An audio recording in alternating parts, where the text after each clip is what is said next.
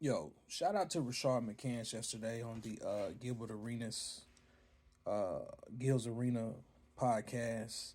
They had Cheryl Swoops, and they were doing a segment on whether or not they felt Caitlin Clark had a dominant season as a rookie. And I'm just gonna play a little short clip, and y'all hang on for just one moment. Right, because that high clip shooting it, right, so you could have been like, that's what she did. You consider 20 points per game, so you don't consider 20 points per game. So if her stats, when we're saying she won't do this in the W, she averaged 31.6, 7.4 rebounds, 9 assists, right? Did anyone expect her to do that in W? Those three, no.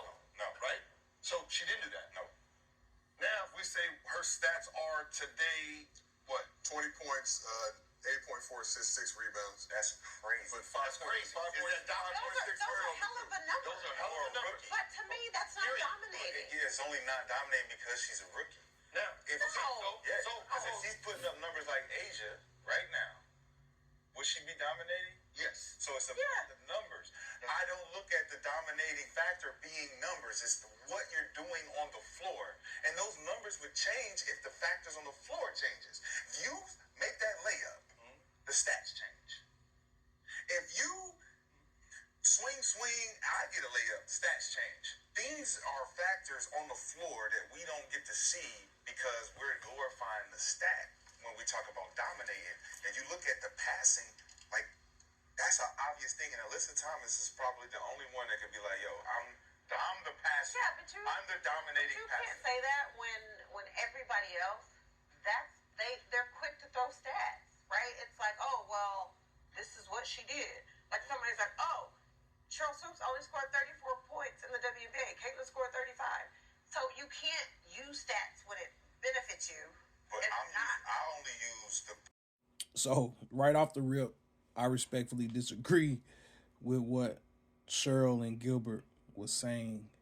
And, what McCants was trying to allude to was like, bruh, I'm really watching the games. I'm not looking at the box scores. I'm not looking at the highlights. I'm watching the game, and I'm seeing the impact that she has on the game. And for me, I honestly think that she did have a dominant rookie season, because if you take in consideration how the whole entire league defended her all year, her scoring could have been way higher than what it was. She finally figured it out after the Olympic break, but they made it their mission to go out and send bodies and constantly try to intimidate her and things like that. And you heard Cheryl and them, they mentioned her turnovers, and it's like you can't compliment her without bringing in a negative. And I see a lot of people doing that instead of just giving her flowers. It's like, oh, well, she led the league in turnovers too. But it's like, dude, like, for the most part, a lot of them dimes and stuff that she was dropping, it was hitting players in the hands, and they was bobbling it out of bounds. And, that's not her fault. It counts as a turnover in the stat sheet, but she hit people on the money. So her assists and things would have went through the roof as well. So we're talking about possibly averaging anywhere between 23 to 25 points and well over double-digit assists if certain figures and different things change within the game. But then here goes the other curveball that they were trying to throw in, and it's like, oh, her numbers only look good because she has Aaliyah Boston and Kelsey Mitchell. And it's no shade to either one of them, but in my opinion, because out of 40 games, I'm going to say I've watched at least 35. And to me, Caitlin Clark has made their job 10 times easier.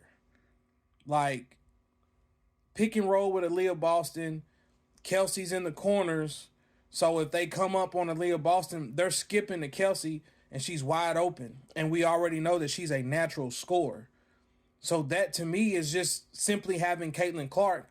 It makes Kelsey Mitchell's job 10 times easier, and she's able to score the ball. Again, that's no disrespect or not me, trying to discredit what she brings to that team.